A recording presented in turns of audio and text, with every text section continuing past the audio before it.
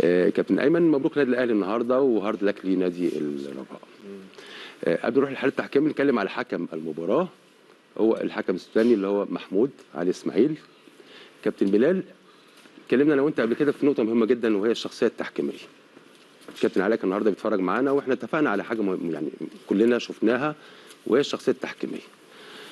كابتن بلال، لو انت مدرب ممكن تدي اللاعب كل حاجه، تديه بدني، تديه فني، تديني خططي، الا شخصيه اللاعب ما تقدرش تديها له. دي حاجه بتبقى موهبه من عند ربنا.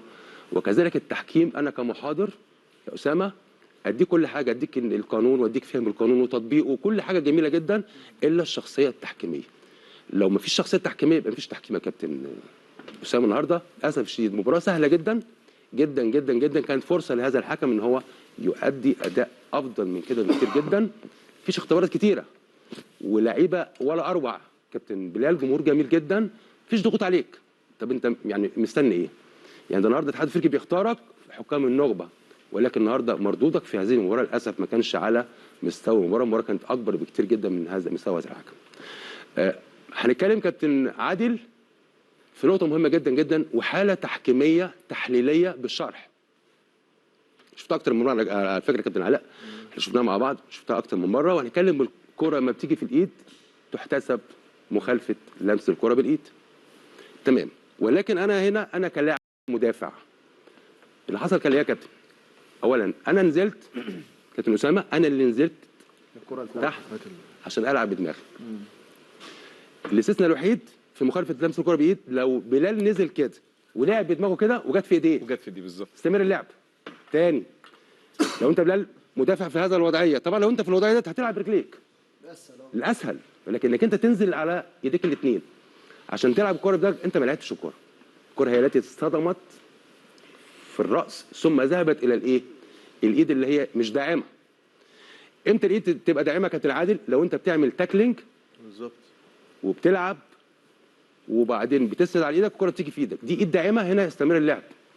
هنا قول لي ايه في هذه الحاله هو الراجل نزل، الكره تصطدم بالراس وبتروح للايد اللي هي مش داعمه للجسم، وبالتالي هنا في مخالفه لمس الكره بايد. هنا الحكم انا بقول عليه كان يجب على الفار ان هو يستدعي الحكم الكابتن علاء في هذه الحاله. دي حاله مهمه جدا، الفرق بين اللعب المتعمد وانك انت ما لعبتش بدماغك، هي دي الحاله اللي انا بفسر. هنا في مخالفه ركله جزاء لم تحتسب للنادي الاهلي، وانا بلوم هنا هيثم ايراد حكم الفار. لكن مش حكم الملعب، حكم الفار. لا ايوه، لكن ما بقولهمش حكم الملعب هنا. لا هنا صعب على حكم الملعب، هو صح؟ هنا ما قدرش ما قدرش النهارده عنده التفاصيل اللي هو هل اللاعب لعب بدماغه وجت في ايديه ولا هل هي هو عنده مشكله. لان هنا كابتن علاء هنا تفاصيل صعبه. ولكن انا هيثم ايراد النهارده، هيثم انت موجود في الفار، عندك اللقطه صحيح. كان يجب عليك انك انت تستدعي الحكم. هو مين حكم العوده بالمناسبه يا كابتن؟ معتز من ليبيا يا كابتن، من ليبيا، حكم من ليبيا. وده هنتكلم فيه على فكره مهمه جدا جدا يا جماعه. انا بس رساله للجنه الحكام كلهم ناس محترمه. هذه المباراه الاقصائيه يا كابتن اسامه لابد ان يكون في حكام، لو لعب بدماغه وجات الكره في ايديه هقول يستمر اللعب. هنا ما فيش لعب، هو ان اللاعب نزل بارادته وهو اللي حط ايديه في هذه الوضعيه الخاطئه، هو اللي حط ايديه والكره تصطدم في الراس وتيجي في الايد. هنا مخالفه لمس الكره هنا كانت موجوده كابتن اسامه. عاوز تقول حاجه؟ لا تمام تمام. الحاله بعد كده هنا طبعا قرار الحكم المساعد هنا هو السوداني، حكم ممتاز جدا جدا. وهنا لحظه اللعب هنا بنحسب اللعب كده، راحت مره واحده للجون هدف، ولكن عندما ترتد من القائم او العارضه وتذهب للاعب فممكن تسلل. هنا التسلل موجود، وهنا كان اللعبه اللي جاب منها هدف كهربا كان التسلل. وهنا القرار صحيح لحكم مساعد، التمركز كان جميل وكان القرار كان صحيح، والفار يؤكد على صحه القرار. اللي بعد كده اللعبه دي مهمه جدا جدا. وهنا شوف اسلوب طريقه الدخول يا كابتن ايمن، ودي من القرارات الفنيه اللي هي النهارده كانت للاسف الشديد كل قراراته عكسيه. يعني الفاول مش فاول يحسبه. هنا بطاقه، هنا بنتكلم في يعني كابتن بلال بيقول هنا في انذار مستحق، مش هقول لك بطاقه حمراء، ولكن هنا بنقول ان دي بطاقه صفراء بتاعتك انت كحكم وعندك القدره انك انت تحسب، ودي حكم الفار ملوش علاقه بيها لان دي مش قوه زايده. هنا كان يجب اشهار البطاقه زي دي كابتن ايمن تعمل لك مشكله. يعني انت النهارده حاله لاعب النهارده حتى لو في تلامس بين اللاعب المنافس، هو ما لمسكش لدرجه انك انت تمثل بالشكل دوت وتقع وتعمل مشكله للحكم وتخلي المباراه تاخد وضع تاني. هنا كان يجب هنا اشهار البطاقه للتمثيل، ولكنها عدى والامور مشيت. وزي ما قلنا النادي الاهلي لما بيكسب الدنيا كلها بتعدي ومفيش فيها مشاكل. الحاله بعد كده بحيي الحكم المساعد الثاني في هذه الحاله يا كابتن هنا، وبنقول هنا لحظه تمرير من بيرسي تاو، وبنشوف هنا حمدي فتحي كان في موقف سليم متغطي طبعا. السلام عليكم متابعي قناة اكسترا كورة. طبعا كلنا شفنا في الأيام اللي فاتت النادي الأهلي وهو بيفوز على فاركو بنتيجة 3-0، ومبارياته في بطولة دوري أبطال أفريقيا، والنجاحات اللي تمت والفوز اللي تم خلال الفترة اللي فاتت. نأمل إن شاء الله النادي الأهلي يقدر يستمر على كده وتكون نتائج إيجابية ويقدر يحقق المراد. بالنسبة لكولر لحد دلوقتي من ساعة ما جه ما خسرش غير 4 مباريات، من ضمنهم مباراة مع فلامينجو ومباراة مع ريال مدريد، فدول طبعا ما بيتحسبوش لأن دول يعتبر مباريات تقيلة، يعني أنت معرض بنسبة كبيرة جدا للهزيمة. النهاردة كان لجنة الانضباط أصدرت بعض القرارات والعقوبات بالنسبة للنادي الأهلي ونادي الزمالك، وهنعرضها على حضراتكم دلوقتي، وهنقدر نعرف هل فعلا العقوبات دي تستحقها ولا لا. وفي حاجة غريبة جدا بالنسبة لعقوبة كهربا، 12 مباراة، رغم ان احنا رجعنا اللائحة بتاعة المباريات لقينا اقصى حاجة للإيقاف هتبقى 6 مباريات. فاحنا هنعرض عليكم دلوقتي العقوبات. عقوبات من لجنة الانضباط ضد كهربا والأهلي والزمالك: 1.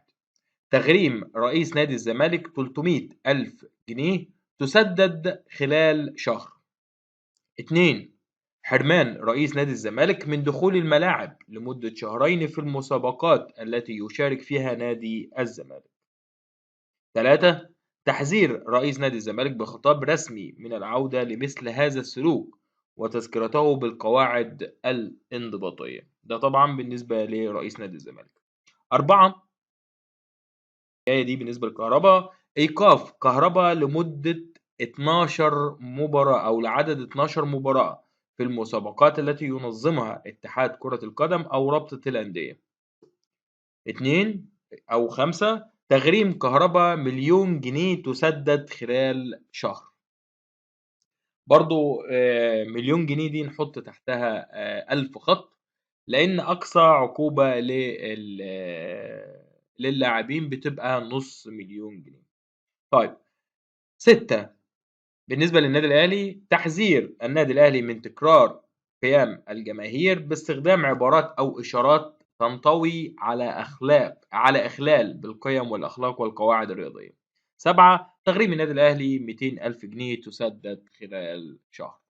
دي كانت عقوبات لجنة الانضباط النهاردة.